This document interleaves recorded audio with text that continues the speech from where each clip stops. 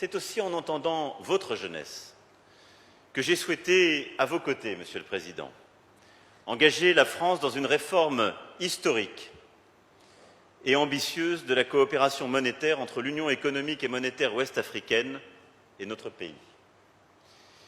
Oui, la question du franc CFA cristallise de nombreux débats et de nombreuses critiques sur le rôle supposé de la France en Afrique. Et c'est la jeunesse africaine qui la pose. J'ai entendu à l'université à Ouagadougou les critiques qui étaient faites à la France. Je vois les réseaux sociaux, je lis la presse et je vois votre jeunesse qui nous reproche en quelque sorte de continuer une relation économique et monétaire qu'elle juge, je les cite, comme post-coloniale. Alors moi je n'appartiens pas à une génération qui a connu le colonialisme. Beaucoup des jeunes qui nous le reprochent ne l'ont pas connu davantage et parfois prêtent à cette époque les difficultés d'aujourd'hui.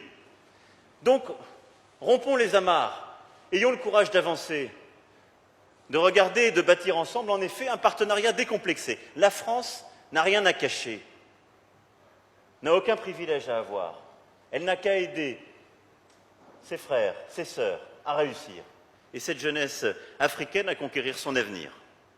C'est pourquoi j'ai souhaité pouvoir mettre à plat l'ensemble des sujets pour écrire une page nouvelle de notre histoire commune, qui mettent fin aux oripeaux du passé, aux malentendus, parfois à des dispositifs qui n'avaient plus beaucoup de sens, et qui permettent aussi de bâtir une plus grande intégration régionale, car l'avenir de cette jeunesse de vos pays est dans une plus grande intégration régionale qui permettra davantage de circulation et une plus grande stabilité des économies entre elles. Et je sais ô combien, cher Président, c'est votre ambition, votre souhait et presque l'ouvrage de toute une vie professionnelle. C'est aussi pour cela que j'ai souhaité accompagner la réflexion engagée par les chefs d'État de l'UEMOA et le président Ouattara en particulier pour réformer le franc CFA. Et je suis très heureux aujourd'hui d'être à ses côtés pour ensemble annoncer cette réforme historique majeure. Cette réforme vise à franchir ensemble une nouvelle étape. Vous en avez rappelé les piliers à l'instant, cher Alassane. Le président Ouattara et les chefs d'État de l'UEMOA ont fait le choix de préserver ce qui fait la force et la stabilité macroéconomique de l'UEMOA, à savoir la parité fixe de la monnaie commune avec l'euro, d'une part, et la garantie de la France, d'autre part. C'est leur choix, c'est leur demande, explicitement énoncée par le président Ouattara. La France le soutient, nous l'acceptons et nous serons au rendez-vous. Dans le même temps, il y avait des fortes attentes pour réformer en profondeur le partenariat entre la France et l'UEMOA, l'inscrire en cohérence avec la dynamique du projet de monnaie unique à l'échelle de la CEDEAO. L'ECO. Cette monnaie verra le jour en 2020. Je m'en félicite. Elle sera l'outil de cette intégration. Le président Ouattara a évoqué la question du nom. Je vais pour ma part ici vous confirmer les deux changements majeurs qui accompagneront cette évolution et que la France a décidé d'embrasser à vos côtés.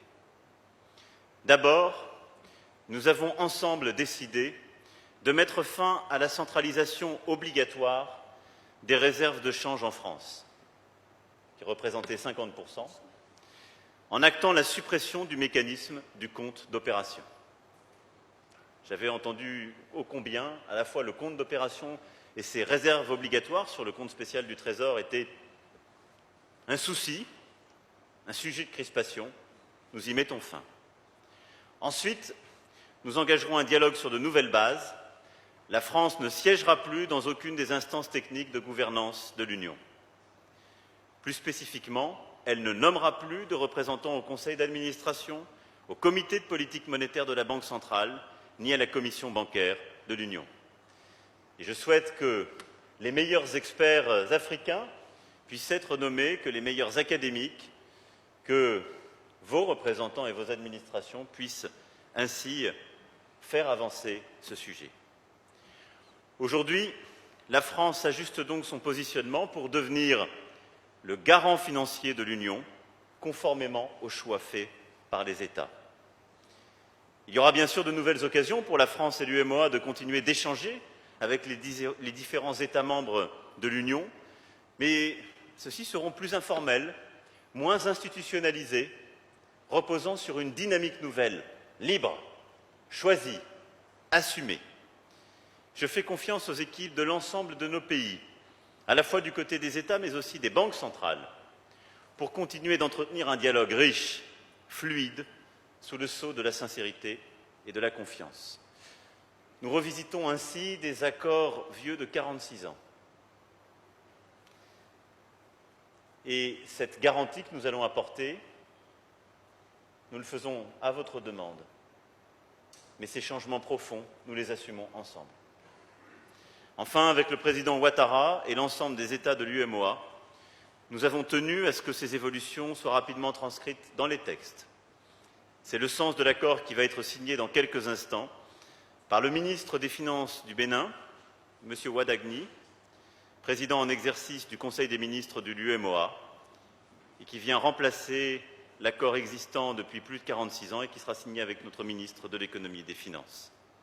C'est donc bien une étape historique qui est franchie ici. J'espère que cette étape sera le début d'une nouvelle dynamique régionale. J'espère que des pays comme la Guinée, le Ghana, la Sierra Leone, le Libéria, la Gambie poursuivront ce mouvement et avec cette monnaie nouvelle, cette gouvernance nouvelle, œuvreront, cher Président, à vos côtés. Mais je veux ici, solennellement et amicalement, saluer le rôle que vous avez joué dans ce travail historique, cette avancée que nous avons voulu faire ensemble et que vous allez continuer, je le sais, dans les prochains mois à jouer, car l'année 2020 sera absolument critique pour franchir ces nouvelles étapes. Je veux vous en remercier très sincèrement, cher Président. Voilà, Mesdames et Messieurs, ce que je voulais ce soir dire. J'ai beaucoup de fierté, en même temps que de l'amitié, dans ce moment, car je pense que nous franchissons ensemble une étape importante. C'était là aussi un engagement, c'est maintenant une réalisation.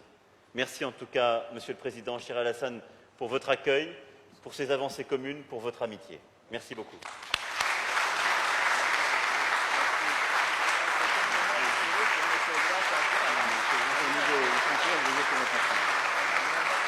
Gracias.